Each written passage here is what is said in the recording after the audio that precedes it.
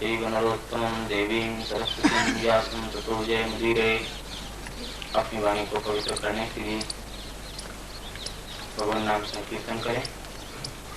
गोविंद जय जय गोपाल जय जय गोविंद जय जय गोपाल जय जय राधा रमण हरि गोविंद जय जय राधा रमण हरि गोविंद जय जय गोविंद जय जय गोपाल जय जय गोविंद जय जय गोपाल जय जय श्री राधा रमण हरि गोविंद जय जय राधा रमण हरि गोविंद जय जय गोविंद जय जय गोपाल जय जय गोविंद जय जय गोपाल जय जय राधा रमण हरि गोविंद जय जय राधा रमण हरि गोविंद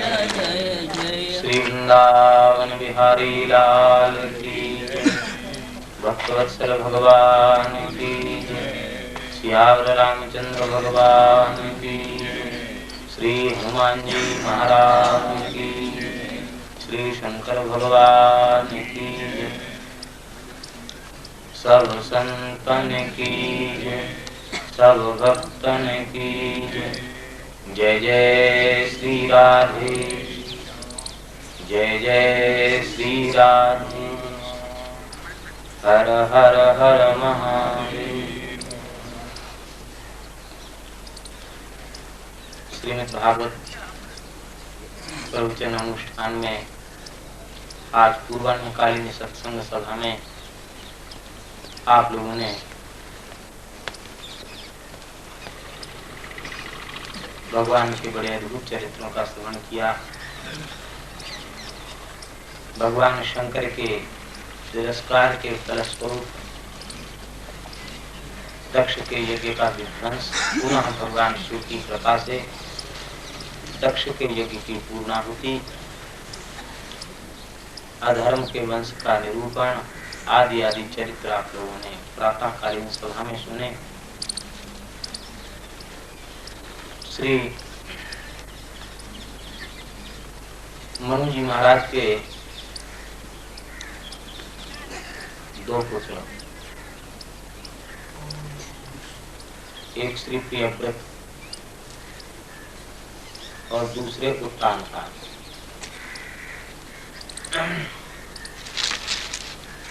यद्यपि प्रियव्रत महाराज बड़े थे, उत्तानपाद छोटे थे, किंतु तपस्या में प्रियव्रत महाराज का मन ऐसा लगा कि अध्ययन के पश्चात आप लौट कर नहीं आए, तप ही करते रहे। तब उत्तानपाद को मनु जी महाराज ने उत्तराधिकारी बनाया, राजा बनाया और शत्रुपा जी के साथ स्वयं श्री मनु जी महाराज नैमिषारण्य तीर्थ में तप करने के लिए चले गए। उत्तानपाद मनु जी के छोटे पुत्र हैं, बड़े धर्मात्मा हैं। इनका विवाह सुनीति से हुआ। सुनीति बड़ी धर्मनिष्ठ थी, बड़ी भारी सती साध्वी पतिव्रता थी, किंतु कोई दुर्भाग्य ऐसा था कि महाराज के कोई पुत्र नहीं हुआ। अंत में सुनीति के आग्रह से राजा ने सुनीति की ही बहन सुरुचि से विवाह किया। भवितव्यता बड़ी विलक्षण थी। सुरुचि यद्यपि सुनीति की छोटी बहन ही थी, लेकिन विवाह के पश्चात इसने अपनी ही बड़ी बहन सुनीति को अपनी सौत मान करके इससे ईर्ष्या करना प्रारंभ कर दिया और अंत में यहाँ तक नौबत आ गई कि सुरुचि के कहने से महाराज उत्तानपाद ने सुनीति को महल से निष्कासित कर दिया। जंगल में बगीचे में एक पुराना भवन था, महल था, उसमें सुनीति निवास करने लगी। लेकिन भगवान की कृपा से जिस समय सुनीति का निर्वासन हुआ उस समय सुनीति गर्भवती थी। उपवन में ही सुनीति ने एक पुत्र को जन्म दिया।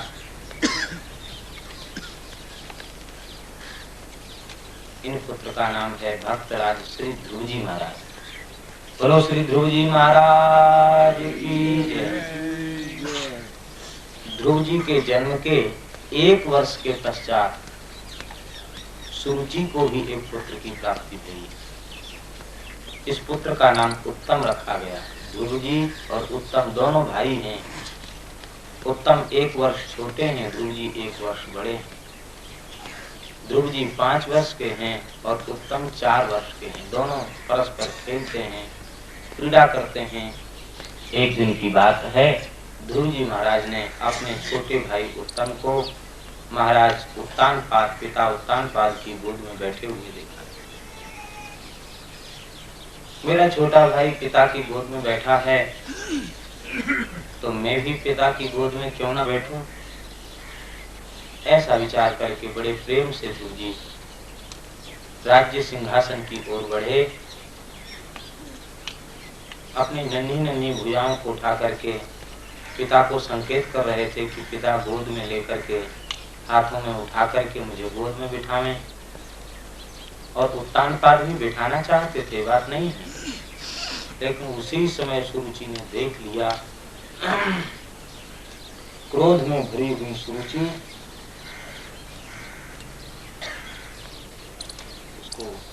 कम कर देना, पंखा एकदम कम पर चला देना, आवाज नहीं।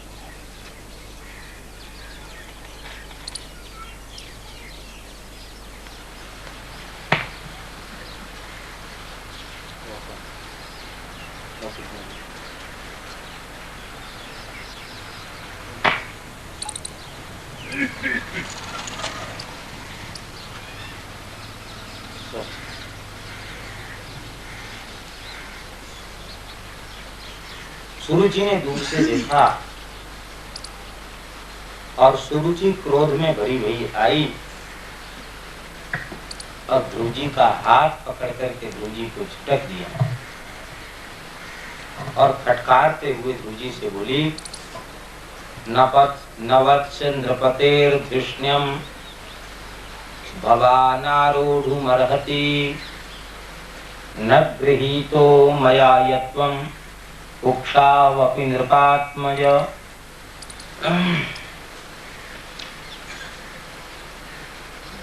अरे ध्रुव, तू यद्यपि राजकुमार है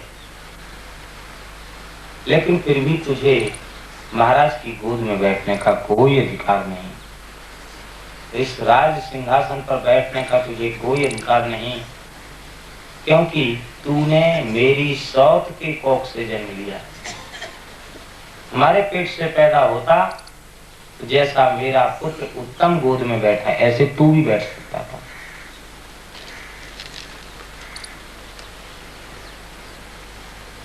लेकिन तेरा दुर्भाग्य है कि तेरा जन्म मेरी सौत के कोख से हुआ है। तू मूर्ख है, तुझे पता नहीं कि तू मेरा सौतेला पुत्र है, इसलिए तू गोद में नहीं बैठ सकता। हाँ, तेरी ज्यादा तीव्र इच्छा है तो जंगल में चला जा, भगवान नारायण की उपासना कर, उनसे वरदान प्राप्त कर कि मेरा जन्म अब सुरुचि के पेट से हो, मर के फिर मेरे पेट से जन्म ले। इतना काम कर ले तो भले ही राजा की गोद में बैठ जाए, अन्यथा तेरा गोद में बैठने का अधिकार नहीं है।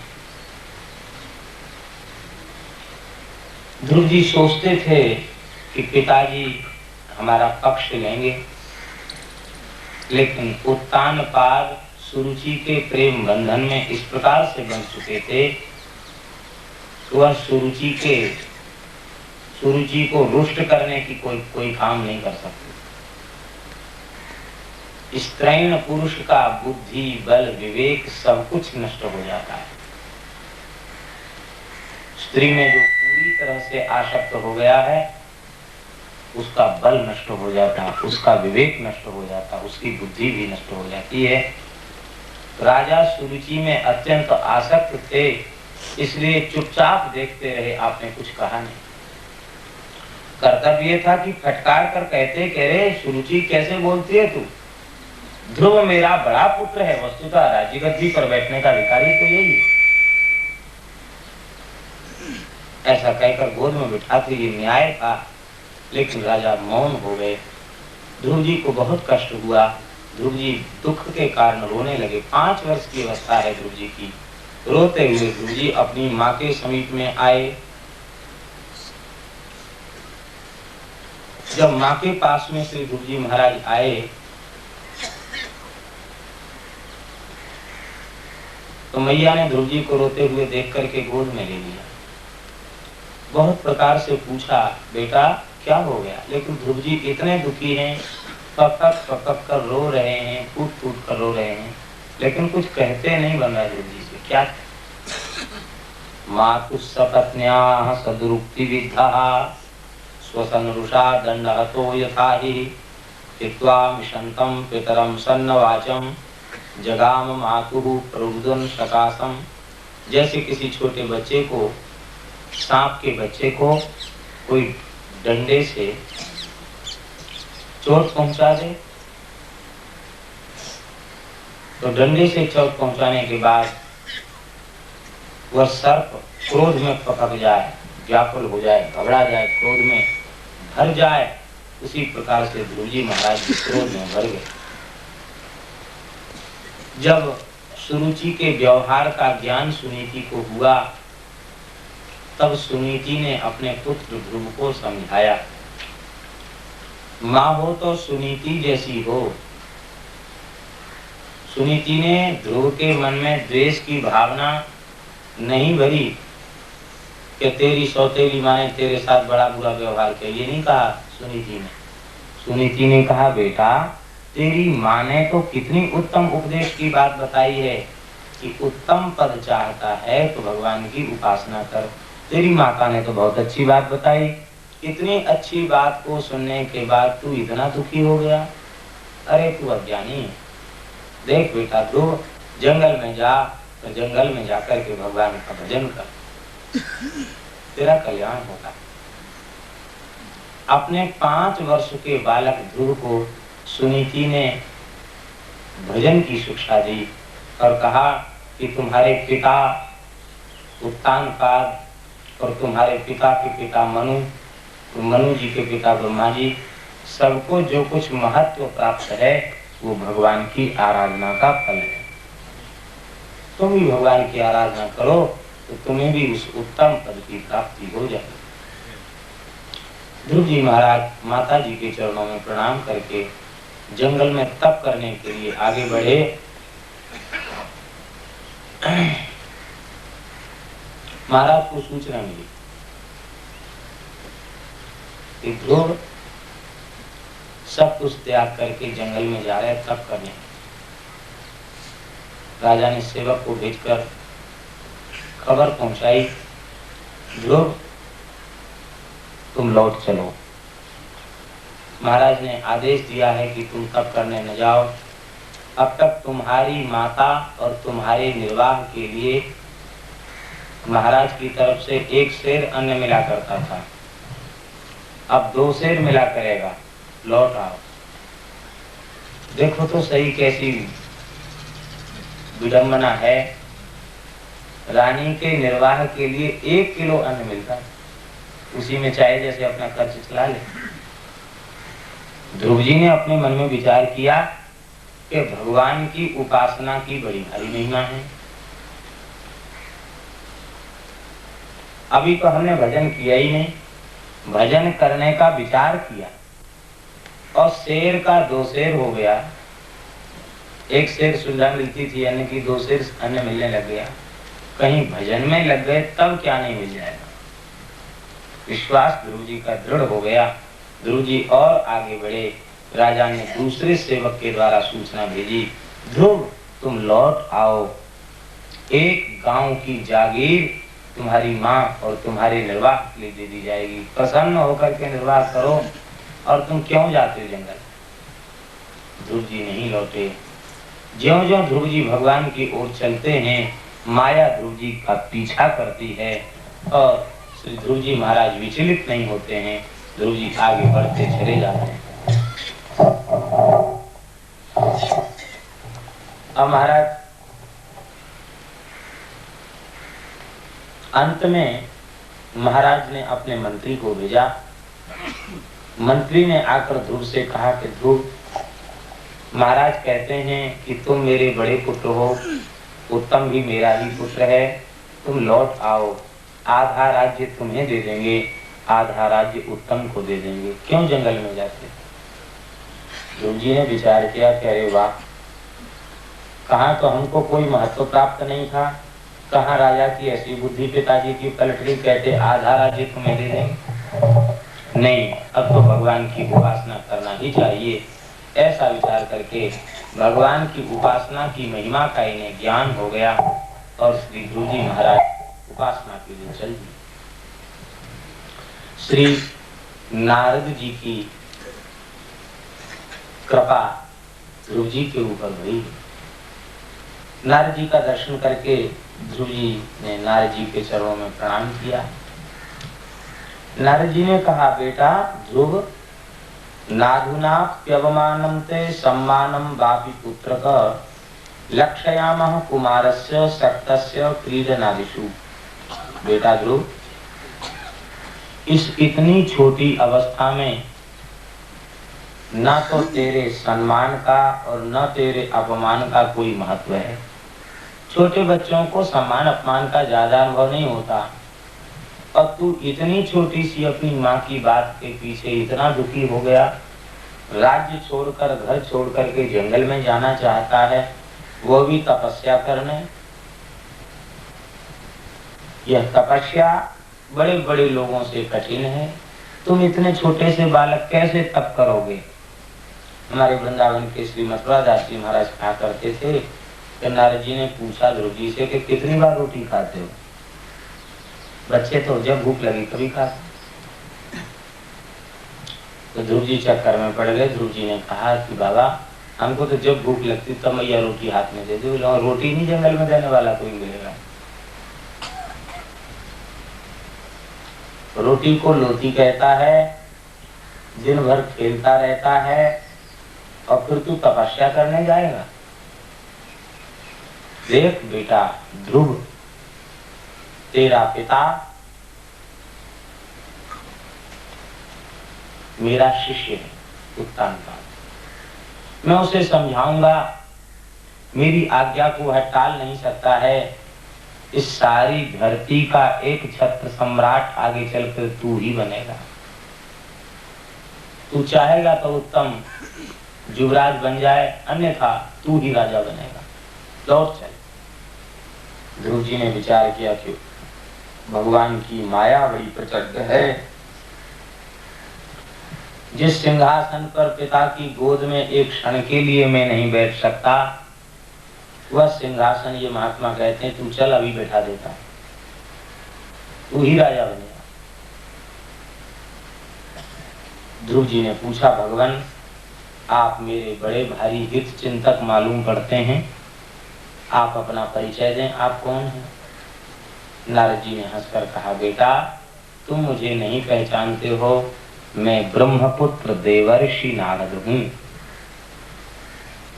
अब तो ध्रुव जी ने पुनः चरणों में प्रणाम किया और प्रणाम करके कहा कि प्रभु आप यदि नारद जी हैं तब तो बड़ी प्रसन्नता की, लेकिन हमें आपके नाम को सुनकर के आपके प्रति हमें संदेह हो रहा है। लगता आप असली नारद जी नहीं हैं, आप तो नकली नारद जी। नारद जी हंसने लगे। नारद जी का बेटा कैसी बात बोल रहा है? नारद जी ने कहा, ध्रुव जी ने कहा कि मेरी माँ कथाओं में सुनाया करती है कि जो कोई जीव भगवान का भजन करने के लिए चलता है तो उस भजन करने वाले को नारद जी भजन का रास्ता बताते हैं, ऐसी कृपा करते हैं कि उसे जल्दी भगवान की प्राप्ति हो जाए। तो हमने तो अपनी माता जी से ऐसा सुना है कि नारद जी का ऐसा स्वभाव है, और तुम कहते हो, आप कह रहे हो कि तपस्या करना भजन करना कठिन काम है, वहां चलो राज्य के भोगों को भोगो। तो भजन के मार्ग से हटा करके राज्य के भोगों की ओर आप हमें ले जाना चाहते हैं, इसलिए हमें संदेह हो रहा है।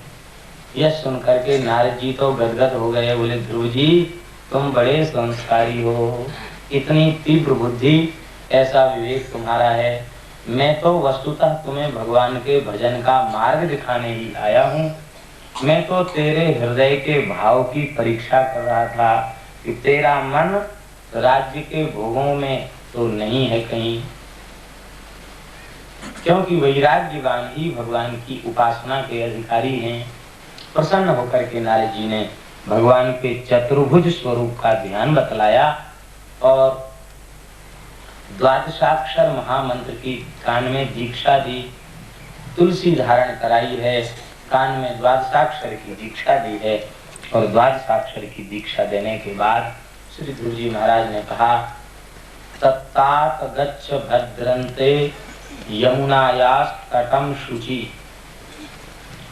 पुण्यम मधुवनम यत्र सान्निध्यम नित्यदा हरे। बेटा तुम्हारा कल्याण हो, यमुना जी के तट पर तुम जाओ, यमुना जी का तट परम पवित्र है। मधुबन में जाओ, मधुबन माने ब्रजमंडल में जाओ। आज भी मथुरा के पास में महोली गांव है, बड़ा ऊंचा टीला है, उसी टीला पर ध्रुव जी ने तपस्या की है। आज भी ध्रुव जी की तपस्थली है ब्रज में, वहां जाओ। किसी समय में उसी टीले के नीचे से यमुना जी बहती थी, फिर हट करके धाराएं बदलती रहती हैं समय समय से। महोली गांव मथुरा जी से लगा हुआ है। 84 कोस की यात्रा में ध्रुव टीला का दर्शन करने के लिए लोग जाते हैं।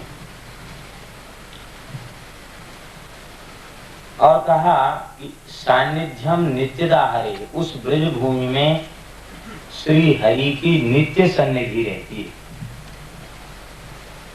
देखो ध्रुव जी सतयुग के भक्त हैं, अभी सतयुग का प्रारंभ है, सृष्टि का प्रारंभ है, उस काल के ध्रुव जी भक्त हैं। भगवान श्री कृष्ण का अवतार नहीं हुआ, भगवान का अवतार तो द्वापर युग के अंत में हुआ है। लेकिन इसके पहले ही नारद जी कहते हैं कि मधुबन जाओ, ब्रजमंडल में जाओ, जहाँ यमुना जी प्रवाहित हो रही हैं और श्री कृष्ण की वहाँ नित्य सन्निधि है। वृंदावनम परित्यज्य पादमेकम न गच्छति, ब्रजभूमि छोड़ करके ठाकुर जी एक कदम कहीं नहीं जाते। इसका तात्पर्य केवल इतना है कि श्री धाम की महिमा नित्य है। ऐसा नहीं कि कृष्णावतार होने से वृंदावन की महिमा बढ़ी है, नहीं, वहां तो नित्य भगवान की सन्निधि है। धाम की महिमा सदा सर्वदा से शाश्वत महिमा है। किंतु भगवान के अवतार से, भगवान की मंगलमयी विलक्षण लीलाओं से धाम की महिमा और अधिक बढ़ जाती, उसकी महिमा अपने पूर्ण रूप में प्रकट हो जाती है। वस्तुतः धाम की महिमा नित्य है। ध्रुव जी महाराज नारद जी को प्रणाम करके, प्रदक्षिणा करके ध्रुव जी महाराज मधुबन में आकर के ध्यान करने लगे। इधर उत्तान पाद के पास नारद जी पहुंचे।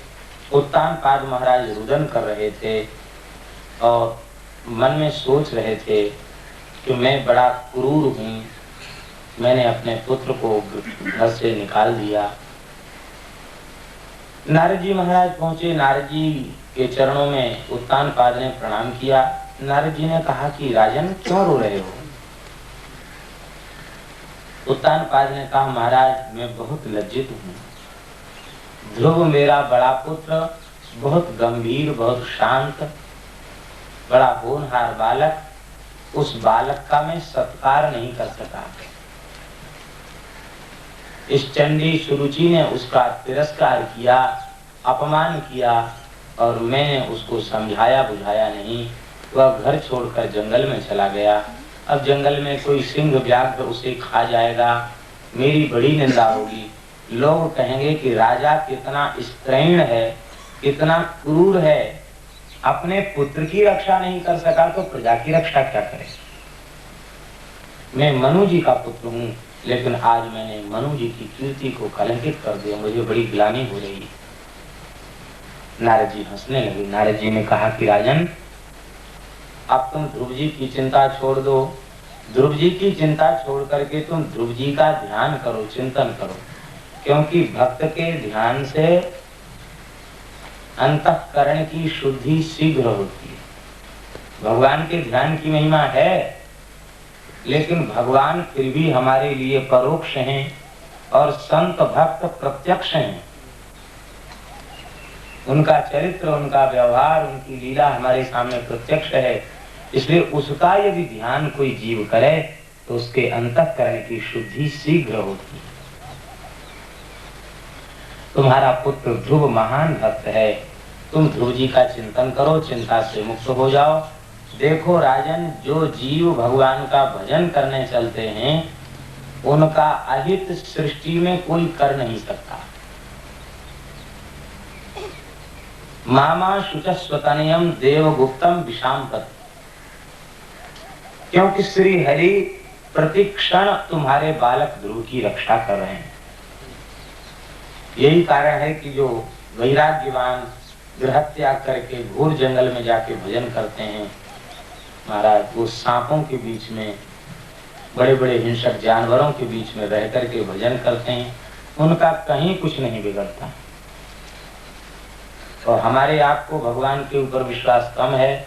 घर में धोखे से कोई बिच्छी आ जाए, सांप आ जाए, फिर देखो क्या हालत होती है। लोग घर के बाहर बैठ जाते हैं, घर में घुसना नहीं चाहते, पता नहीं खा जाएगा। बरसाने में महात्माओं को देखा, गौरवन में भजन करने वाले, बड़े बड़े सांप गर्मियों के समय, काले विषधर ऐसे आसन के बगल में पड़े हुए हैं, जो फुफकार दें तो आदमी खत्म हो जाए। महात्मा पड़े ऐसे, छड़ी थोड़ा सा ऐसे, अरे भैया रास्ता दे दो, स्नान के लिए जाना है। वो किसक के बगल में बार बार आवे, क्यों आता है भाई? अच्छा भाई, इसको ठाकुर जी का चरणामृत लेने आया है, इसको चरणामृत दे दो। ठाकुर जी के एक जीवले में भर के चरणामृत रखा, सर्प ने चरणामृत लिया और चला गया। दूसरा कोई आदमी आ जाए तो इतने ऊंचे कण फैला, तो उन महात्मा को न कोई जादू से दो, न मंत्र से दो, केवल भगवान के सहारे रहते हैं। भगवान की बनाई हुई सारी सृष्टि है, तो महाराज कहीं कुछ नहीं बिगड़ता। महात्मा सुनाते हैं कि जंगल में से निकल गए, शेर बगल में बैठा है, शेर के सामने से चले गए, शेर बोलेंगे। जंगली भेड़ चरा रहा था, उसने कहा, अरे बाबा जी उधर तो शेर था, तुम वहां से निकल के आए, वहां शेर बैठा था, तुमको शेर ने कुछ बोला नहीं? अरे हमको तो पता ही नहीं चला शेर बैठा है, कौन बैठा, राम राम करके चले। तो ये सारी सृष्टि भगवान की बनाई हुई है, इसलिए जो भगवान के चरणों में अपना समर्पण कर देते हैं, भगवान के चरणों में जिन्हें विश्वास हो जाता है, उनका अनिष्ट करने की सामर्थ्य देवताओं की नहीं है, फिर साधारण जीव की तो कहना ही क्या है। एक बड़ा भयंकर विषधर सर्प, जिसे देखे उसे खा जाए। नारद जी महाराज उधर से निकले, लोगों ने कहा, बाबा इधर से मत जाना, एक सर्प रहता, बड़ा भयंकर नाग है, मणिधर नाग है, और वो जो इधर से निकलता है इस पहाड़ी के क्षेत्र से, उसे भस्म कर देता है, खा जाता है। नारद जी बोले, कोई बात नहीं, हमारी चिंता छोड़ दो, हमारे आगे पीछे कोई रोने वाला है नहीं, तो हमको खा जाएगा तो क्या बिगड़ेगा तुम्हारा। अच्छा बाबा जी जाओ। नारद जी उधर से गए, सर्प आया, नारद जी ने नारायण नारायण नारायण नारायण नाम का उच्चारण किया और बड़े प्रेम से बोले, भैया भयंकर कोई पाप किया था तब तुम इस तमोगुणी योनि में आए, अब फिर इस योनि में आकर इतने भयंकर पाप कर रहे हो, निरपराध जीवों को काट करके उनकी हत्या कर रहे हो, तो फिर तुम्हें किस घृणित योनि में जाना पड़ेगा, इस बात को नहीं समझते हो? इतना सुनते ही नाग स्तब्ध हो गया, रोने लग गया, फण पटकने लग गया, बाबा मेरी रक्षा करो। नारद जी ने नाग को भी नारायण मंत्र की दीक्षा दी और कहा कि बस अब भजन करो, तुम्हारा इसी योनि में कल्याण हो जाए। पीपाजी महाराज जंगल से जा रहे थे, राजा ने चौकी बिठा रखी थी कि यहाँ नरभक्षी शेर रहता है, आदमी की गंध पाते ही वह आक्रमण करता है और खा जाता है। राज कर्मचारियों ने कहा, बाबा पीपाजी महाराज आप इधर से मत जाओ। क्यों? शेर खा जाएगा। पीपाजी ने कहा, देखें कैसा शेर है, हम भी शेर हैं, शेर को शेर नहीं खाता। और शेर है ना, हम भी शेर के बच्चे हैं, हमारे गुरुदेव भी शेर हैं, उनके हम पुत्र हैं, शिष्य हैं। जैसे ये शेर गर्जना करते हुए आया, इधर शेर ने गर्जना की, इधर संत ने गर्जना की, श्री राम जय जय राम गर्जना किया। शेर पूंछ हिलाने लग गया, मस्तक पर हाथ पधराया है, कहा बेटा देख, इस तमोगुण को छोड़ो, राम नाम का जप करो, हिंसा छोड़ दो, बहुत पाप कमा लिए, अब भजन करके अपने देह को त्याग दो। शेर शिष्य बन गए। पीपा प्रताप जग वासना नाहर को उपदेश दिया, शेर को शिष्य बनाया। रसिक मुरारी जी महाराज ने हाथी को शिष्य बनाया। आप बताइए, शराब पिला करके हाथी को मतवाला कर दिया, मुसलमान नवाब का हाथी कहा है, रसिक मुरारी जी को ऊपर छोड़ दिया हाथी से कुचलवाने के लिए। आपकी पालकी को छोड़कर बाहर भाग गए, हाथी चिंगार रहा था, आप बाहर निकले, प्रेम से कहा, श्री कृष्ण गोविंद वासुदेव, श्री कृष्ण कृष्ण कहो, इस आसुरी वृत्ति को छोड़ दो। हाथी के ऊपर ऐसा प्रभाव हुआ, वह हाथी सूंड से महात्मा रसिक मुरारी की चरण रज अपने मस्तक पर चढ़ाने लग गया और उस हाथी को उन्होंने शिष्य बनाया, नाम रखा गज गोपाल दास। वर्तमान में कथा थी गज गोपाल दास की एक अलग कथा, बड़े संत से भी महापुरुष हुए गज गोपाल दास, हाथी को संत बना दिया। कहने का तात्पर्य यह है कि जो जीव भगवान का भजन करने चलता है, श्री ठाकुर जी प्रति क्षण उसकी रक्षा करते हैं। जो संसार में प्रतिकूल हैं, वह भी भगवान के भक्त के अनुकूल हो जाते हैं। ये भक्ति का प्रभाव। सिंह व्याघ्रादि ये सर्वथा प्रतिकूल हैं, हिंसक हैं, लेकिन यह भी भगवान के भक्त के अनुकूल हो जाते हैं। ग्वालियर के पास में करह नाम का एक स्थान है, पटिया वाले बाबा श्री राम रतन दास जी महाराज, पटिया वाले बाबा बड़े सिद्ध पुरुष थे। अभी की बात है, ज्यादा दिन पुरानी बात नहीं, 30-32 साल पुरानी बात है। पटिया वाले बाबा थे, जिस पटिया पर बैठकर उन्होंने भजन किया, पत्थर का पटिया, उस पटिया का जल सर्प जिसको काट गया हो उसको पिला दो, सर्प ठीक हो जाए, बिच्छू काट गया हो उस पर लगा दो, ठीक हो जाए, बड़ी बड़ी बीमारी ठीक हो जाए। कुत्ता काट गया हो उसका जल पिला दो, उनके पत्थर का जल धो करके कुत्ते का जहर खत्म हो जाए। महात्मा बड़े सिद्ध थे। तो उनकी गुफा में हम होके आए हैं, पहाड़ में गुफा थी, तो एक ही गुफा में शेर और पटिया वाले बाबा दोनों एक ही साथ रहे थे। आप देखिए, इतनी छोटी सी उस गुफा में ऐसे छेद शरीफा बना था, उसमें तो छलांग लगा के शेर भीतर विश्राम करता रहा। ऐसे मस्तक के ऊपर शेर है और नीचे वो छोटी सी गुफा, उसमें बैठ के भजन करते। शेर घूमता रहता, शिकार करने जाता, शेर घूमता, शेर घूमता, और तब कोई भगत आने वाला होता तो उसको जब गंध मिलती कि कोई आ रहा है, बड़ी जोर का गुर्राता शेर, तो उसका कान पकड़ के खींच देते शेर का, कहते चल अपने स्थान पे जा, वो भगत है, दर्शन करने आ रहा है। जैसे कोई कुत्ता पूंछ हिलाए, ऐसे पूंछ हिला के शेर गुफा में जाके छुप जाता। ये लोगों की आंखों से देखी हुई घटना। हरिशरणम, यह प्रत्येक प्राणी भगवान के बनाए हुए हैं।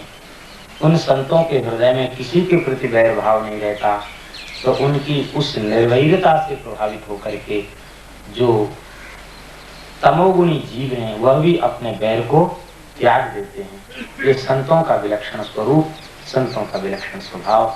नारद जी महाराज की रक्षा होगी। नारद जी महाराज ने कहा कि राजन, तुम्हारे पुत्र ध्रुव का कोई अनिष्ट नहीं कर सकता, क्योंकि भगवान उसकी रक्षा कर रहे हैं। तुम चिंता मत करो। 5 महीने के अल्प 6 महीने की अल्प अवधि के भीतर 5 वर्ष के बालक ध्रुव को भगवत साक्षात्कार होगा। ऐसा कहकर के नारद जी अंतर्धान हो गए। इधर ध्रुव जी ने प्रथम दिन तो आकर के यमुना में स्नान किया, और स्नान करके आप ऐसे ही निराहार रह करके आपने रात्रि भर भजन किया। दूसरे दिन से आपने पुनः तप प्रारंभ किया। त्रिरात क्रांते कपित्व बजिरासना। ध्रुव जी की तपस्या इतनी कठोर है, 3 दिन तक आप कुछ नहीं खाते। 3 दिन के बाद कैंथे के फल और बेर उनको खाकर भोजन करते। इस प्रकार से ध्रुव जी ने 1 महीना व्यतीत किया। जब दूसरा महीना आपकी तपस्या का प्रारंभ हुआ, तब आपने फल खाना भी बंद कर दिए। तब आप 6 दिन तक कुछ नहीं खाते। 6 दिन के बाद सूखे पत्ते चबा करके यमुना जी का जल पी लेते। इस प्रकार से ध्रुव जी ने दूसरा महीना व्यतीत किया। तीसरे महीने में ध्रुव जी महाराज ने पत्ते खाना भी छोड़ दिया। 9 दिन तक आप कुछ नहीं खाते पीते। 9 दिन के बाद केवल यमुना जी का एक बार जल पी लेते। इतनी कठोर तपस्या है ध्रुव जी। 5 वर्ष की आयु है, इतना भजन में आपका मन लग गया। ये है सदगुरु की कृपा। ध्रुव जी की सामर्थ्य नहीं है, ये समर्थ गुरु की कृपा है, जो 5 वर्ष का बालक इतने कठोर तप में प्रवृत्त हो गया। जब चौथा महीना प्रारंभ हुआ, ध्रुव जी ने जल पीना भी बंद कर दिया। 12 दिन तक आप श्वास भी नहीं लेते। 12 दिन के बाद एक बार वायु का आहार कर लेते। इस तरह से आपने चौथा महीना बिताया। जैसे ही 5वां महीना आया कि ध्रुव जी अपने दाहिने पैर के अंगूठे के बल पर खड़े हो गए और पूरी तरह से आपने प्राण वायु को रोक लिया। हृदय में भगवान की चतुर्भुज मूर्ति का ध्यान करते हैं। नेत्र आपके बंद हैं। आपका ध्यान इस प्रकार से सिद्ध हो गया कि ध्रुव जी ने अपनी अंतःकरण की वृत्ति का सर्वतो भावेन भगवान श्री हरि में समर्पण कर दिया। माने ध्रुव जी और भगवान 2 नहीं रह गए, 1 हो गए। अपना मन ध्रुव जी ने भगवान में मिला दिया। अपनी बुद्धि, अपनी इंद्रियां, सब कुछ भगवान में ही ध्रुव जी ने स्थापित कर दिया। इतनी तन्मय होकर के, इतनी तल्लीन होकर के ध्रुव जी ने भगवान की उपासना की। उस समय जब भगवान में एकाकार ध्रुव जी हो गए, उस समय संपूर्ण भगवान का तेज ध्रुव जी के भीतर प्रकट हो गया, क्योंकि पूरी तरह एकाकार हो चुके हैं। उस समय ध्रुव जी में इतना विलक्षण तेज हो गया। श्री सुखदेव जी महाराज कहते हैं, ननाम तत्रार्धमिवेन्द्रधिष्ठिता तरीव सभ्ये तरकः पदे पदे। जैसे कोई विशाल गजेंद्र किसी नौका पर चढ़ जाए, उस हाथी के चढ़ने पर नौका एकदम ऐसे झुक जाए, ऐसे ही ध्रुव जी के अंगूठे के भार से धरती झुक गई। ये पृथ्वी झुक गई, टेढ़ी हो गई धरती। ये है ध्रुव जी का तेज, विलक्षण तेज। ध्रुव जी ने प्राणवायु लेना बंद कर दिया, श्वास लेना बंद कर दिया और अपने मन को, अपने प्राण को भगवान में एकाकार कर दिया। इसलिए महाराज सारी सृष्टि में श्वास लेने का संकट उपस्थित हो गया, क्योंकि भगवान तो सर्वात्मा है, विश्वात्मा है। जब विश्वात्मा भगवान के साथ अपनी आत्मा को ध्रुव जी ने एकाकार कर दिया और ध्रुव जी ने श्वास लेना बंद कर दिया, तो सारे विश्व में बिना प्राणायाम चढ़ाए सबका प्राणायाम चढ़ गया, सबकी श्वास बंद हो गई। अब न कोई किसी की ओर देख सके, न बोल सके, न सुन सके। देवता घबराए, बोले क्या प्रलय होना चाहता है क्या? देवता व्याकुल होकर के भगवान की शरण में गए। भगवान ने प्रसन्न होकर के कहा कि तुम लोग भय मत करो, यह तो उत्तानपाद कुमार ध्रुव की कठोर तपस्या है, मैं ध्रुव जी का दर्शन करता हूँ जाकर। बोलो भक्तवत्सल भगवान की जय। मैत्रेय उवाच तयेवमुत्सन्न भया उरुक्रमे कृतावनामा प्रयुयुस्त्रविष्टपम् सहस्रशीर्षापि ततो गरुत्मता मधोर्वनं भृत्य दिदृक्षया गतः। भगवान को प्रणाम करके देवता अपने स्वर्ग को चले गए और इधर भगवान गरुड़ जी के ऊपर विराजमान होकर के मधुवन पधारे। इसलिए आए ध्रुव जी को दर्शन देने नहीं। मैत्री जी कहते हैं कि मधोर वनम भृत्य दिदृक्षयागता। ध्रुव जी भक्त बालक हैं, अपने भक्त सेवक ध्रुव जी का दर्शन करने के ठाकुर जी हैं। भगवान किसी के ऊपर कृपा करते हैं तो उसे दर्शन देने जाते हैं, लेकिन ध्रुव जी एकमात्र ऐसे भक्त हैं जिन्हें ठाकुर जी दर्शन देने की भावना से नहीं, अपने भक्त बालक का प्रत्यक्ष दर्शन करने के लिए भगवान ऐसे भाग्यशाली भक्त हैं। ठाकुर जी ध्रुव जी के सामने खड़े तो ध्रुव जी को पता ही नहीं कि भगवान साक्षात मेरे सामने खड़े। क्यों?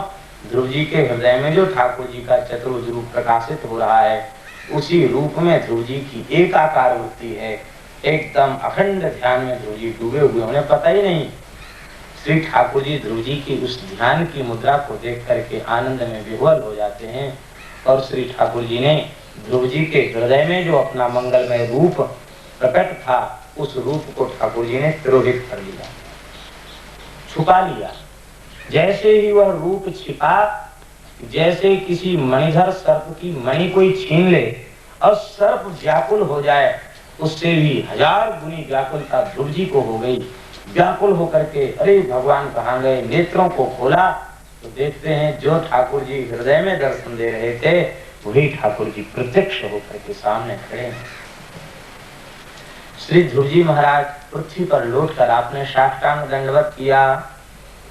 तद्दर्शनेनागत साध्वसक्षिता ववन्दतांगं विनमय्य दंडवत् दृग्भ्यां प्रपश्यन् प्रतिबन्निवार्वकस् चुम्बन्निवाशेन भुजैरिवाश्लिषन्। भगवान का दर्शन करते ही संपूर्ण अशुभ अमंगल ध्रुव जी के समाप्त हो गए। दंडवत डंडे की तरह लौट करके पड़ करके चरणों में ध्रुव जी ने प्रणाम किया और इतना प्रेम ध्रुव जी के भीतर जागृत हुआ कि दर्शन करने में वह प्रेम ध्रुव जी के समा नहीं रहा था। दृग्भ्याम प्रपश्यन् प्रतिबन इव, दृष्टि से दर्शन करते थे तो लगता था अपनी दृष्टि से ठाकुर जी, अपनी प्यासी आंखों से ठाकुर जी की रूप सुधा का ध्रुव जी पान कर जाएं, पी जाएंगे ध्रुव जी। ऐसी प्यासी आंखों से दर्शन कर रहे थे। मुख की आकृति देख के लगता था कि ध्रुव जी भगवान को चूमना चाहते हैं। ध्रुव जी की छोटी छोटी भुजाएं फड़क रही हैं, उनको देख के लगता है कि ध्रुव जी अपनी नन्ही नन्ही भुजाओं में भर करके ठाकुर जी से लिपटना चाहते हैं, ठाकुर जी की अंत में पहुंचना चाहते हैं। इतना प्रेम ध्रुव जी के भीतर जागृत हो गया।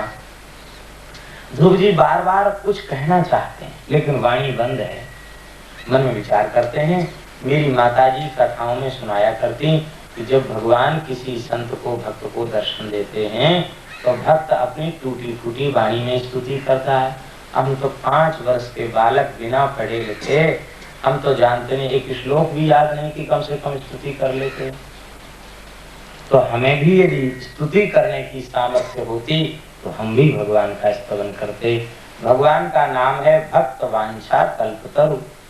भगवान अपने भक्त की संपूर्ण इच्छाओं को पूर्ण करने में कल्प वृक्ष के समान है। भगवान ने ध्रुव जी के मनोभाव को समझ लिया और भगवान के कर कमल में विराजमान जो पांचजन्य शंख है, उस पांचजन्य शंख का स्पर्श ध्रुव जी के दाहिने कपोल से करा लिया, गाल से करा लिया। जैसे ही कपोल से शंख का स्पर्श कराया, कहते कृतांजलिम ब्रह्ममयेन कंबुना स्पर्श बालं कृपया कपोले। हाथ जोड़कर ध्रुव जी खड़े हैं और श्री ठाकुर जी ने अपने पांचजन्य शंख का स्पर्श ध्रुव जी के कपोल पर करा दिया। भगवान का शंख कैसा है? कहते ब्रह्ममय। ब्रह्म शब्द का अर्थ होता है वेद, ज्ञान, ज्ञानमय शंख है। अर्थात भगवान के उस दिव्य पांचजन्य शंख का स्पर्श होते ही ध्रुव जी को दिव्य ज्ञान हो गया। ध्रुव जी की सोई हुई सरस्वती जागृत हो गई। संपूर्ण वेद वेदांग 14 प्रकार की विद्याएं बिना पढ़ाए ध्रुव जी के भीतर सब प्रकट हो गई।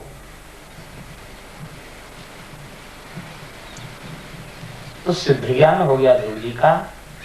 जिन परब्रह्म परमात्मा भगवान के श्वास प्रश्वास से वेद प्रकट होते हैं, वह भगवान अपने भक्त के ऊपर कृपा करके संकल्प पूर्वक अपने पांचजन्य का स्पर्श करा दें, फिर उस भक्त के ज्ञान की क्या कहना। ध्रुव जी, इस सृष्टि में जितने प्रकार की विद्याएं हैं, जितने प्रकार के ज्ञान हैं, समस्त प्रकार के ज्ञान ध्रुव जी को अपने आप हो गए। अब तो ध्रुव जी ने पुनः भगवान के चरणों में साष्टांग वंदन किया है और वंदन करने के बाद ध्रुव जी ने स्तुति किया है। ध्रुव जी की स्थिति बड़ी गंभीर है। 5 वर्ष के बालक की ऐसी स्तुति नहीं हो सकती। ध्रुव जी ने बड़ी विलक्षण स्तुति भगवान की है। ध्रुव उवाच योऽन्तः प्रविश्य मम वाचमिमां प्रसुप्तां संजीवयत्य किल शक्तिधरस्वधाम्ना अन्याश्च हस्तचरणश्रवणत्वगादीन् प्राणान्नमो भगवते पुरुषाय तुभ्यम्। श्री ध्रुव जी महाराज कहते हैं, हे प्रभु, आपने मेरे अंतःकरण में प्रवेश करके मेरी सोई हुई सरस्वती को जागृत कर दिया। मेरी ज्ञान शक्ति, क्रिया शक्ति, इच्छा शक्ति, इनको आपने परिपूर्ण रूप से जागृत कर दिया। और इतना ही नहीं, हे प्रभु, आपने मेरी संपूर्ण ज्ञानेंद्रियों को जागृत कर दिया। आपने मेरी संपूर्ण कर्मेंद्रियों को जागृत कर दिया। कहाँ तक कहें प्रभु, आपकी इस कृपा से मेरा रोम रोम जागृत होता है। आपकी इस विलक्षण कृपा से मेरा रोम रोम खिल उठा है। आपकी इस कृपा के बदले आपके चरणों में भेंट करने के लिए मेरे पास कुछ नहीं है। हे प्रभु, मैं अपने तन मन प्राण सर्वस्व को आपके चरणों में समर्पण करता हूँ। प्राणान्नमो भगवते पुरुषाय तुभ्यम्। हे प्रभु, केवल एक प्रणाम के अतिरिक्त मेरे पास कुछ नहीं है। ऐसा कहकर के ध्रुव जी प्रेम में व्याकुल होकर के पुनः ठाकुर जी के चरणों में पकड़ करके लौट गए। अपना मस्तक भगवान के चरणों में पधरा दी। भगवान ने ध्रुव जी को उठा करके हृदय से लगाया। पुनः ध्रुव जी स्तुति करते हैं। ध्रुव जी के कहने का भाव यह है कि प्रभु, वस्तुतः यह ज्ञान इंद्रियों की शक्ति अपने आप जीव के जागृत हो उसमें, और आपकी कृपा से जब यह जागृत होते हैं उसमें बहुत अंतर है। क्या अंतर है? बोले, जीव के अपने आप जब इंद्रियां समय आने पर उसकी बुद्धि ज्ञान विवेक जागृत होता है, तो उस जागृत बुद्धि ज्ञान विवेक का और अपनी जागृत इंद्रियों का उपयोग वह आपकी आराधना में न करके वह संसार के भोग में करता है। किंतु जब आपकी कृपा से ये जागृत होते हैं तो फिर यह मन वाणी शरीर इंद्रियां यह फिर संसार की ओर नहीं, यह सर्वतोभावेन आपके चरणों में समर्पित हो। बालक के ज्ञान नहीं है। 5-6 वर्ष में पिता माता ने पढ़ाया, अच्छी शिक्षा मिली, उसकी थोड़ी सी समझ जाएगी तो क्या करेगा, भजन करेगा कि अपनी और आगे पढ़ाई करेगा? जो संसार का व्यवहार है उसमें लग जाएगा। आपकी बुद्धि जितनी ज्यादा आपकी बुद्धि बढ़ेगी, आप उतना ज्यादा आगे बढ़ने की सोचेंगे। तो संसारी पुरुष अपने ज्ञान का सदुपयोग नहीं करते, अपनी इंद्रियों की शक्तियों का सदुपयोग नहीं करते, संसार में उसका दुरुपयोग करते हैं। लेकिन जब आप स्वयं कृपा कर देते हैं तो जीव, उसके नेत्र आपका दर्शन करते हैं, उसके कान आपकी कथा सुनते हैं, उसकी नासिका आपके चरणों में चढ़ी हुई फूल तुलसी की गंध लेती है, आपके चरण कमलों के मकरंद में उसकी नासिका डूबी रहती है, उसकी जिह्वा आपके नाम के अमृत का स्वाद चखती रहती है, आपके अधरामृत का स्वाद लेती रहती है। वह जीव अपनी सर्वतोभाविन वृत्ति के द्वारा आपकी उपासना करता है। ध्रुव जी के कहने का तात्पर्य यह है कि आंख का जगना यह नहीं है कि आंख से बहुत अच्छा रूप दिखाई दे तो आंख बहुत अच्छी है। ध्रुव जी कहते हैं आंख का जगना यह है कि इन आंखों से आपका दर्शन हो। कान का जगना यह नहीं है कि कान से बहुत अच्छी धीमी से धीमी बात कान से अच्छी प्रकार से सुनाई पड़ जाए, कान का जगना नहीं। आपकी कथा में यह कान डूब जाए, यह कान का जगना। तो ध्रुव जी के कहने का भाव है कि मेरी सामर्थ्य आपका भजन करने की नहीं थी, लेकिन आज आपने ऐसी कृपा की है, यह मन, यह इंद्रियां, यह शरीर, यह आपको समर्पित होकर आपका ये अनुभव करेंगे। इंद्रियां ही आपका भजन नहीं, अपितु आप तो रोम रोम आपके प्रति समर्पित है। यह रोम का जो स्पंदन है, यह स्पंदन भी आपको प्रसन्न करने वाला होगा। प्राणान्नमो भगवते पुरुषाय तुभ्यम्। आज भी ध्रुव जी का यह जो स्तोत्र का यह जो प्रथम श्लोक है, इस श्लोक का कोई भाव से उच्चारण करे, इसका जप करे, कहते आज भी उसके हृदय में ज्ञान जागृत हो जाता है, सरस्वती उसके हृदय में जागृत हो जाती है। इतनी विलक्षण महिमा है इस श्लोक की। यो उनका प्रविश्य मम वाचमिमां प्रसुप्तां संजीवयत्य अखिल शक्ति धरस्वधाम्ना अन्याश्च हस्त चरण श्रवणत्वगादीन् प्राणान्नमो भगवते पुरुषाय तुभ्यम्।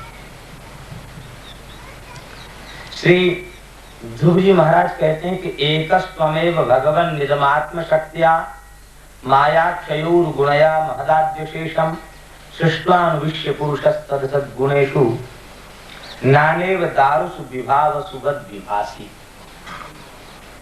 ध्रुव जी महाराज कहते हैं कि हे प्रभु, आप यद्यपि एक हैं और सर्वतंत्र स्वतंत्र हैं, आप अपने संकल्प से इस जगत की सृष्टि करते, महत्त्ववादी के क्रम से आप सृष्टि का विस्तार करते हैं और सृष्टि का जब आप विस्तार करते हैं तो विस्तार मात्र ही नहीं करते, आप उस सृष्टि के भीतर भी अंतर्यामी रूप से प्रवेश करके उस सारी सृष्टि को नियंत्रित भी करते हैं। इस सारी सृष्टि को नियंत्रित करने वाले भगवान हैं। हम लोग कितना नियंत्रित करने का प्रयास करते हैं, लेकिन हमारे नियंत्रण से कुछ नहीं होता। लोग कहते ऐसा शोध करेंगे, समय बदल देंगे, ऐसा विज्ञान का शोध करेंगे कि दैवी उत्पात न हो, बाढ़ न आवे, जितनी जरूरत है उतना पानी बरसे। लेकिन हम समझते हैं खोजते खोजते प्रयास करते करते थक जाएंगे, लेकिन यह परमात्मा की प्रकृति को ये लोग बदल नहीं सकते। कोई बदल पाया अब तक? सब बड़े बड़े यंत्र धरे के धरे रह जाते। जब ठाकुर जी कोई लीला करना चाहते हैं, सब यंत्र धरे के धरे रह जाते हैं और भगवान की लीला अबाध रूप से चलती है। सारी सृष्टि के बाहर भीतर सबको नियंत्रित करने वाले भगवान हैं। मनुष्यों का नियंत्रण वह नहीं चल पाता।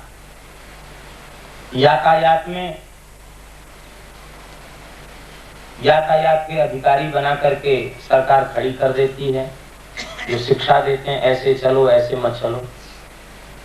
इतनी सुरक्षा होने के बाद, 4-4 रोड बनने के बाद 4 लाइन बनने के बाद भी कितने बड़े बड़े एक्सीडेंट होते हैं। और भगवान ने इतना बड़ा आकाश बनाया, उसमें कहीं कोई रोड नहीं है, कहीं सड़क नहीं, अरबों खरबों तारे हैं और इस पृथ्वी से बड़े बड़े हैं और सब गतिमान हैं, सब चलते रहते हैं। लेकिन आज तक सुना कभी किसी की टक्कर हो गई?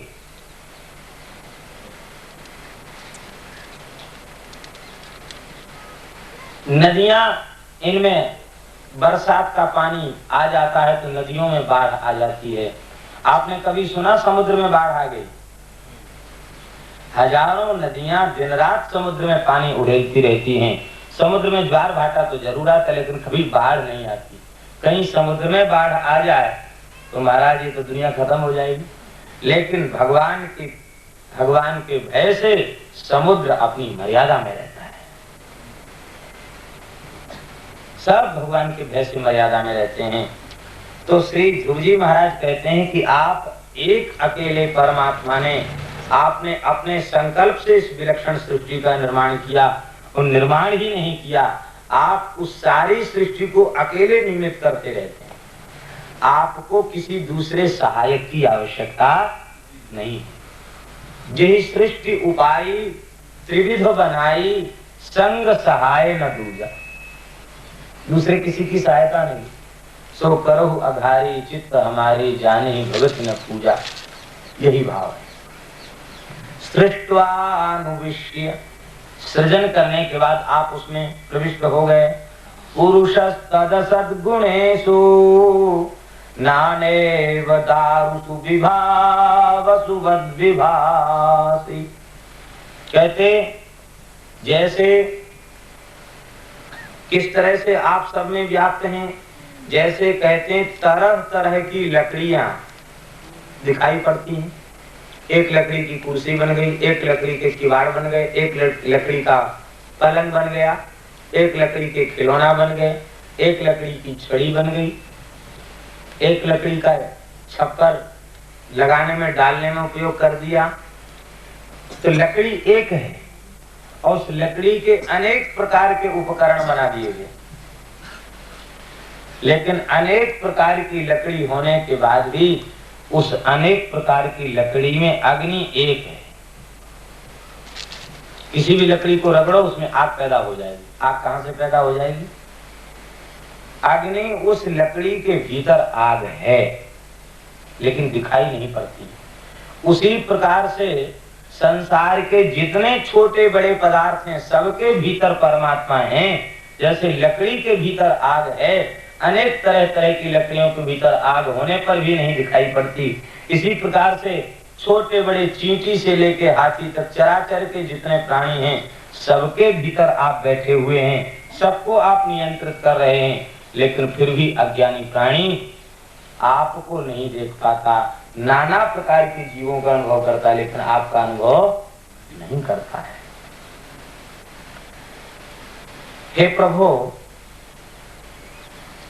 त्वद्दत्तया वयुनयेदमचष्ट विश्वम् सुप्त प्रबुद्ध इव नाथ भवत् प्रपन्नः तस्यापवर्ग शरणं तव पादमूलम् विस्मर्यते कृतविदा कथमार्थ बंधो। श्री ध्रुव जी महाराज कहते हैं कि हे प्रभु, यह जो विलक्षण सृष्टि है, ये ब्रह्मा जी की बनाई हुई है। लेकिन ब्रह्मा जी में ऐसे सामर्थ्य नहीं आई। आपके चरण कमलों की अनन्य भाव से ब्रह्मा जी ने शरण ग्रहण कर ली। जब ब्रह्मा जी ने आपके चरणों की शरण ग्रहण की, तब ब्रह्मा जी को आपने वेदों का ज्ञान दे दिया और उस वेद ज्ञान का आश्रय लेकर के ब्रह्मा जी ने सृष्टि का विस्तार कर लिया। कहते हैं कि इस जगत को सोकर उठे हुए पुरुष के समान देखा था। हे दीन बंधु, हे दया सिंधु, हे भक्त वत्सल, हे शरणागत वत्सल। कहते हैं कि जो जीव आपके चरण शरण का आश्रय लेता है, उस जीव को संपूर्ण प्रकार का ज्ञान अपने आप अधिगत हो जाता है। यहाँ शरणागति की महिमा वर्णन करते ध्रुव जी ये कहते हैं कि शरणागत को ज्ञान प्राप्त करने का प्रयास नहीं करना पड़ता, वो तो आपके चरणों में अपने जीवन को सौंप करके आपका स्मरण करने लग जाता है और स्मरण करते ही करते उसे अपने आप दिव्य ज्ञान हो जाता है। ऐसी आपकी विलक्षण महिमा है। तो कोई भी कृतज्ञ पुरुष आपकी कृपा को भूल नहीं सकता, आपकी कृपा का स्मरण करता रहेगा। हे प्रभु, हम तो आपकी माया को नमस्कार करते हैं। ध्रुव जी कहते हैं वह लोग आपकी माया में मोहित हो रहे हैं जो लोग आपकी उपासना तो करते हैं, भक्ति तो करते हैं, लेकिन आपकी उपासना करके भक्ति करके आपको न चाह करके इन संसार की विनाशी वस्तुओं को मांग लेते हैं। संसार की चाहे जितनी अच्छी से अच्छी वस्तु हो, जिसे हम भगवान के दरबार में भगवान की उपासना करके मांगते हैं, वो वस्तु एक न एक दिन नष्ट हो जाने वाली है कि नहीं, इस बात को सब जानते हैं। लेकिन जानने के बाद भी उन्हीं संसार की वस्तुओं को, स्त्री दे दो, पुत्र दे दो, घर दे दो, धन दे दो, मकान दे दो, व्यापार दे दो, इन्हीं सब चीजों को जो आपके दरबार में आपकी भक्ति करके भी मांगते हैं, ध्रुव जी कहते हैं निश्चित ही आपकी माया ने उनकी बुद्धि को ठग लिया है। नूनम निश्चित ही विमुष्टमतया, उनकी बुद्धियां मोहित हो चुकी हैं, उनकी बुद्धि समाप्त हो चुकी है, उनका विवेक नष्ट हो चुका है, जो आपकी आराधना करके आपकी उपासना करके इस दुखमय संसार की भोग की वस्तुओं को मांग लेते हैं। क्योंकि आपकी उपासना कैसी है, कहते हैं संसार के इस दुखमय चक्र से सदा सर्वदा के लिए छुड़ा देने वाली आपकी उपासना है। जब तक इस दुखमय संसार के चक्र से जीव नहीं छूटेगा, तब तक उसके दुख की परंपरा समाप्त नहीं होगी। कोई सोचे कि हम बड़े भारी संपत्तिशाली बन जाएं, राजा महाराजा बन जाएं, चक्रवर्ती राजा बन जाएं, तब हमारे पास दुख नहीं आवेगा, ऐसा यदि कोई सोचता है तो मूर्ख है। गोस्वामी जी ने अपनी वाणी में एक जगह कहा है, लोग कहें धनवान सुखी और धनवान कहें सुख राजा को भारी। गरीब आदमी कहते हैं कि धनी आदमी बहुत सुखी है, तो धनी सोचता है कि हमारे ऊपर तो राजा का बड़ा भारी अंकुश है, हमें राजा के शासन में रहना पड़ता, न जाने कितने प्रकार के कर हमें चुकाने पड़ते हैं, और फिर भी हमको डरना पड़ता, राजा से, राज सत्ता से डरना पड़ता है। तो राजा ठीक, राजा उसको बहुत पावर है, बड़ा अधिकार है, राजा सुखी है। तो लोग कहें धनवान सुखी, धनवान कहे सुख राजा को भारी। और राजा कहता नहीं हम सुखी नहीं है, महाराजा सुखी। वो आपके जिला का जो जिलाधीश है ना, वो थोड़ी अनुभव करता कि हम सुखी हैं, वो कहता कि नहीं कमिश्नर सुखी है ज्यादा हमसे, उसको ज्यादा पावर है हमसे। वो सोचता नहीं मुख्यमंत्री ज्यादा सुखी है, तो कहता नहीं उससे बड़ा राजा ज्यादा सुखी है। लोग कहें धनवान सुखी, धनवान कहें सुख राजा को भारी, राजा कहे महाराजा सुखी। तो महाराजा क्या करता, बोले सुख इंद्र को भारी। अरे हम तो यहाँ दुनिया के चक्कर में फंसे हुए हैं,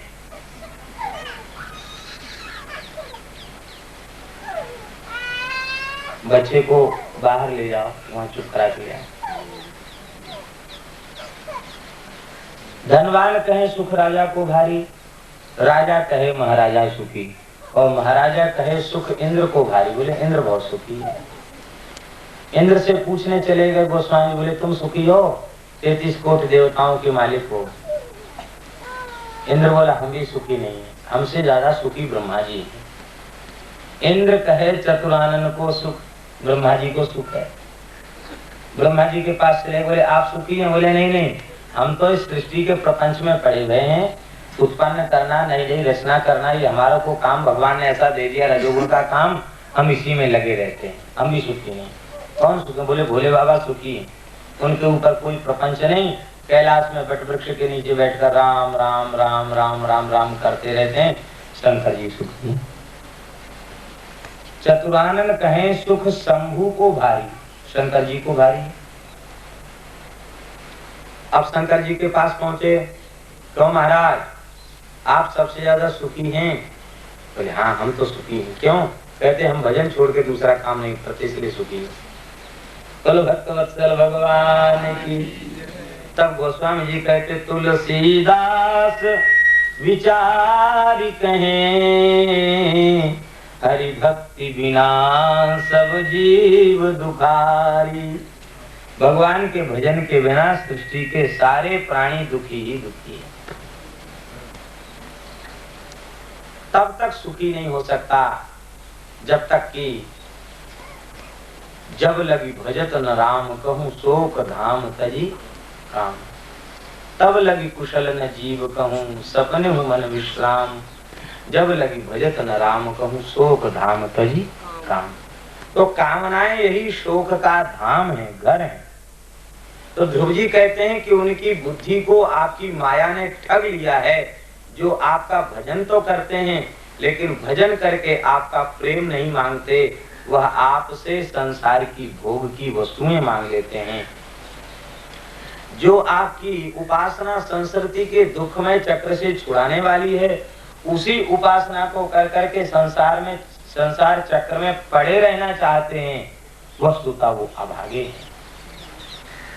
बड़ा बढ़िया दृष्टांत दिया है श्री ध्रुव जी महाराज ने। ध्रुव जी कहते अर्चंति कल्पक तरुम कुणपोपभोग्यम। जिन संसार के भोगों को उन्होंने आपका भजन करके प्राप्त किया है, वह भोग बिना भजन के सुअर और कुत्ते को प्राप्त है।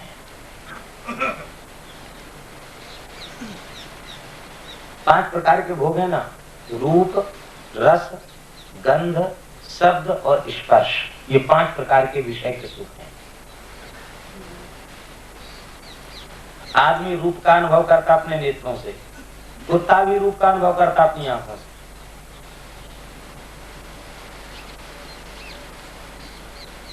जो रूप के सुख की उपलब्धि मनुष्य को अपने नेत्रों से रूप का दर्शन करके मिलती है, कुत्ते को अपनी ज्ञाति की मादा जो कुत्ता है उसका दर्शन करके उस कुत्ते को भी उतना ही सुख मिलता है। विषय का जितना सुख मनुष्य को प्राप्त होता है, उतना ही सुख गधे, सुअर और कुत्ते को भी प्राप्त होता है। तो रूप, रस, गंध, शब्द और स्पर्श, ये 5 विषय कुत्ते, सुअर और गधे, इनको ज्यादा सुलभ है मनुष्य से। और मनुष्य ज्ञानवान, बुद्धिमान, विवेकवान होकर के भजन करके उसने इन्हीं चीजों को मांग लिया। महाराज हमारे विचार से उनकी बुद्धि को आपकी माया ने ठग लिया है। दृष्टांत देते हैं, कहते अर्चन्ति कल्पक तरुम कुणपोपभोग्यम इच्छन्ति यत् स्पर्शजम निरयेति नृणाम। जैसे किसी व्यक्ति को कल्प वृक्ष प्राप्त हो जाए, किसी दरिद्र को कल्प वृक्ष की प्राप्ति हो जाए, यद्यपि ये असंभव है। ये असंभव उपमा नाम का अलंकार ध्रुव जी ने कहा। कल्प वृक्ष स्वर्ग की संपत्ति है, बिना मरे कल्प वृक्ष देखने को नहीं मिल सकता। कोई मरने से नहीं मिल जाएगा। इतने पुण्य होंगे कि हम देवलोक तक जा सकें, तब हमें वो दिखाई पड़ेगा, ऐसे नहीं दिखाई पड़ेगा। लेकिन कथनचित विचार किया जाए कि किसी कंगाल व्यक्ति को, दरिद्र व्यक्ति को, जिसको एक मुट्ठी अन्न खाने का ठिकाना नहीं था, ऐसे कोई दरिद्र व्यक्ति भूलते भटकते हुए कल्प वृक्ष की छाया में पहुंच गया। वहां बैठ कर रोने लग गया, हाय मैं क्या करूं, न रहने को मकान है, न पहनने को कपड़े हैं, न खाने को अन्न है, मैं तो मर गया, लुट गया, मेरे ऊपर बहुत कष्ट आ गया। बहुत बेचारा रोने लग गया। तब तक कल्प वृक्ष ने कहा, रोना गाना बंद कर दो, जानते हो तुम किसकी छाया में बैठे हो? तुम कल्प वृक्ष की छाया में बैठे। महाराज आपका क्या प्रभाव है? उस कल्प वृक्ष ने कहा कि संसार की क्या चले, मैं स्वर्ग की संपत्ति देने में समर्थ हूँ। तुम कहो तो मैं स्वर्ग तुम्हें दे सकता हूँ, स्वर्ग के भोग दे सकता हूँ, इतनी सामर्थ्य मेरी। इसलिए तुम रोना गाना बंद कर लो, तुम्हें जो कुछ चाहिए हो हमसे मांग लो। उस मूर्ख व्यक्ति ने कहा कि बड़ी जोर की भूख लग रही है, हमको एक छटाक चना दे दो फाँकने के लिए। तो जो कल्प वृक्ष स्वर्ग की संपत्ति दे सकता है, उस कल्प वृक्ष की छाया में पहुंच करके एक मुट्ठी खली भूसी मांगने वाला, एक मुट्ठी चना मांगने वाला महामूर्ख है, बड़ा भारी पागल है। उसी प्रकार से जो आपकी उपासना इस दुखमय संसार से सदा सर्वदा के लिए छुड़ा करके आपके चरणों तक पहुंचा सकती है, उसी उपासना को करके हे प्रभु हमें धन दे दो, हमें मकान दे दो, हमें पुत्र दे दो, हमें स्त्री दे दो। अरे भैया, न जाने कितने जन्मों में कितनी स्त्रियां रही होंगी, कितने पुत्र भय होंगे, कितने बड़े बड़े मकान बने होंगे। हो सकता कभी महल में भी बैठे हो, महल के भी सृष्टि के चक्र में पड़ा हुआ जीव कभी गरीब बनता, कभी अमीर बनता, कभी राजा बनता तो कभी प्रजा बनता, अनेक प्रकार की योनियों में भटकता रहता है। इन अनंत अनंत जन्मों में न जाने कौन कौन से सुख हमने भोगे, कौन कौन सी वस्तुओं को हमने प्राप्त किया और अब तक हमारा पेट नहीं भरा। तो इस योनि को प्राप्त करके फिर हम उन्हीं वस्तुओं को मांग लें तो क्या इनसे हमारी तृप्ति हो जाएगी? इनसे हमारे अंतःकरण की तृप्ति नहीं होगी। तृप्ति तो केवल भगवान के प्रेम से होगी, भक्ति से तृप्ति होगी। ऐसा प्रेम मिल जाए, उस प्रेम को प्राप्त करके भक्त इतना तृप्त हो जाता है, इतना तृप्त हो जाता है कि उसे भूख भी नहीं रहती, प्यास भी नहीं रहती, उसको अपनी गरीबी गरीबी नहीं दिखाई पड़ती। आप लोगों ने कथा में राका बांका जी का चरित्र सुना, कितने मस्त रहते हैं, उनको इच्छा ही नहीं होती धन। ठाकुर जी ज्यादा कृपा करते हैं तो गरीबी देते हैं, दोनों तरह की कृपा करते हैं। अम्बरीश के ऊपर राजा बनाकर कृपा की और राका बांका के ऊपर निष्किंचन बनाकर कृपा की, लेकिन वस्तुतः निष्किंचनता वाली जो कृपा है वो ज्यादा बड़ी कृपा है। वृंदावन बिहारी लाल की कहने का तात्पर्य है ठाकुर जी की उपासना करना, भगवान की शरण ग्रहण करना, भगवान का भजन करना, यह जीव का सहज पुनीत कर्तव्य है। लेकिन इस कर्तव्य को करते हुए हम संसार की वस्तु भगवान से न मांगे, हम भगवान से भगवान का प्रेम मांगे। आप लोग कहेंगे फिर हमें तो संसार की वस्तुओं की जरूरत है, उनका क्या होगा? कहते भाई देखो, जब ठाकुर जी से कुछ नहीं मांगोगे तो बिना मांगे ठाकुर जी सब कुछ दे देंगे।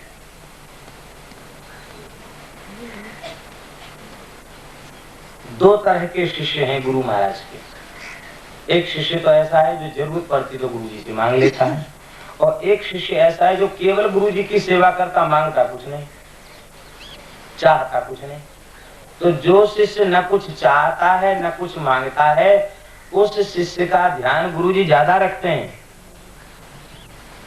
उसको जरूरत से ज्यादा कपड़ा दे देते हैं, उसको समय से भोजन, हर एक बात में गुरु जी उसका ध्यान रखते हैं। क्यों? जानते बहुत संकोची है, मांगता नहीं, कुछ चाहता नहीं, केवल सेवा करता है। ऐसे ठाकुर जी से कुछ नहीं चाहते तो ठाकुर जी दिन रात उस भक्त की ऊपर कृपा भरी दृष्टि से देखते हैं, कहीं इसको किसी चीज के अभाव का अनुभव न हो जाए। और भगवान के पास जाके मांग लिया हमको ये चाहिए, भगवान ने दे करके छुट्टी खाई, अब दूसरी चीज की जरूरत है तो फिर दोबारा मांगो।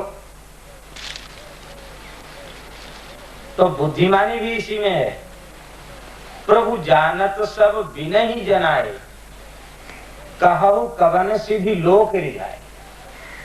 जो कुछ हमारी आवश्यकताएं हैं उनको ठाकुर जी बिना जनाए अपने आप जानते हैं। जब अपने आप जानते हैं और उनकी पूर्ति में यदि हमारा भला होगा तो ठाकुर जी पूरा कर देंगे, उनकी पूर्ति में हमारा भला नहीं होगा तो ठाकुर जी नहीं करेंगे। हमें तो केवल भगवान का भजन करना है, केवल भगवान के प्रति निष्काम भाव से समर्पण करना है। ये श्री ध्रुव जी महाराज का भाव है। श्री ध्रुव जी महाराज कहते हैं, या निर्वृते तनुभृताम तव पाद पद्मा ध्यानात् भवज्जन कथा श्रवणेन वा स्यात् सा ब्रह्मणि स्वमहिमन्यपि नाथमाभूत् किन्त्वन्तकाशि लुलितां पततां विमानात् ध्रुव जी महाराज कहते हैं कि हे प्रभु, जो आनंद आपके चरण कमलों का ध्यान करने में मिलता है और जो आनंद आपके भक्तों की वाणी सुन करके मिलता है, भवजन कथा, आपके भक्तों की कथा अर्थात भक्तवाणी, और दूसरा भाव है भवजन कथा माने भक्तमाल की कथा, संतों की कथा। भक्तों के चरित्र और आपके चरित्र को सुन करके जो आनंद मिलता है, अथवा जो आनंद आपके ध्यान की अवस्था में आपके चरण कमलों का चिंतन करने में जो आनंद मिलता है, हे प्रभु, वह आनंद निर्विकल्प समाधि की अवस्था में ब्रह्म ज्योति का साक्षात्कार करने में भी नहीं होता। ये ध्रुव जी का कथन है।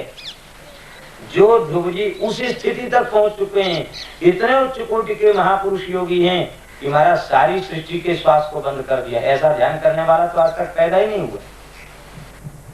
बड़ी बड़ी कथाएं हैं, लेकिन ऐसा ध्यान योगी आज तक प्रकट नहीं हुआ जिसने भगवान के साथ अपनी वृत्ति का इतना एकाकार कर दिया हो कि सारी सृष्टि में उसका प्रभाव पड़ गया हो। ऐसा भक्त ध्रुव जी को छोड़ के दूसरा हुआ ही नहीं। वो ध्रुव जी कहते हैं कि समाधि की अवस्था में आपकी ज्योति का साक्षात्कार करने में भी उतना आनंद नहीं है जितना आनंद आपकी कथा सुनने में है और आपके संतों की वाणी सुनने में है। आपके संतों की कथा सुनने में जितना आनंद है, उतना आनंद आपकी ज्योति स्वरूप आपके ध्यान में नहीं है, आपके दर्शन में नहीं है। आत्मानंद में भी उतना आनंद नहीं है। कहते फिर उन बेचारे देवताओं को यह भक्ति का आनंद मिल ही कैसे सकता है जिनकी गर्दन के ऊपर पतन की तलवार लटक रही है। क्योंकि आप सभी जानते हैं कि पुण्य कर्म के फल स्वरूप स्वर्ग की प्राप्ति होती है। तो जब तक वह पुण्य रहेंगे तब तक स्वर्ग में सुख सुविधा मिलेगी, और पुण्य खत्म भय क्षीणे पुण्य, भगवान कहते हैं गीता में अर्जुन से, हे अर्जुन, क्षीणे पुण्य मर्त्य लोकम विशंति। जब पुण्य क्षीण हो जाते हैं तो स्वर्ग से ढकेल दिया जाता, फिर धरती पर आना पड़ता। जैसे ऐसा समझ लो कि आजकल बड़े बड़े अतिथि गृह बने हुए हैं, होटल बड़े बड़े महंगे। हम तो गए नहीं है, लेकिन दुनिया के लोगों से सुनाई पड़ता है, सुन लेते हैं कैसे ऐसी जगह। तो लोग बताते हैं कि इसमें 24 घंटे रहने का 50,000 किराया है, इसमें 60,000 किराया है। अब वो 60,000 किसी की जेब में हो, जब तक उसके जेब में 60,000 है तब तक उस भवन में रह करके विश्राम कर सकता है, उसकी सुख सुविधा का आनंद ले सकता है। और जेब में पैसा खाली हो गए फिर वो होटल वाला रहने देगा कि आप बहुत अच्छे हैं, बड़े अच्छे स्वभाव के हैं, बड़े मिलनसार हैं, आप 4-6 दिन यहीं विश्राम कीजिए, ऐसा कोई होटल वाला नहीं कहेगा। फिर आप कहोगे कि हम 1 घंटा ज्यादा रुकना चाहते हैं, लाओ फीस लाओ, पैसा नहीं तो निकल जाओगा। कोई नातेदारी रिश्तेदारी नहीं रह जाएगी। ऐसे ही स्वर्ग का हिसाब है। पुण्य की पूंजी लेकर के लोग वहां तक जाते हैं। जब तक उनकी पॉकेट में पुण्य की पूंजी रहती है तब तक वहां खूब ठाट बाट से आराम भोगते हैं। जब उनके पुण्य खत्म हो गए उनको नीचे गिर जाना पड़ता है। देवताओं को, जो लोग देवलोक जाते हैं, उनको इंद्र एक पुष्प की माला पहना देते हैं। उस माला के फूल कभी कुम्हलाते नहीं है, और ज्यों-ज्यों उस पुण्यात्मा के पुण्य क्षीण होते हैं, एक एक फूल कुम्हलाकर सूख करके झड़ जाता है, कुम्हलाता चला जाता है। तो वो बेचारे अपने गले में पड़ी हुई फूल की माला को देखते रहते हैं। 5 फूल मुरझा गए, अब 6ठा मुरझा गया, अब 7वां मुरझा गया। जब देखते सब मुरझा गई, तब उनकी सारी सुख सुविधा छिन जाती है और ऊपर से नीचे चले जाते हैं। हमारे वृंदावन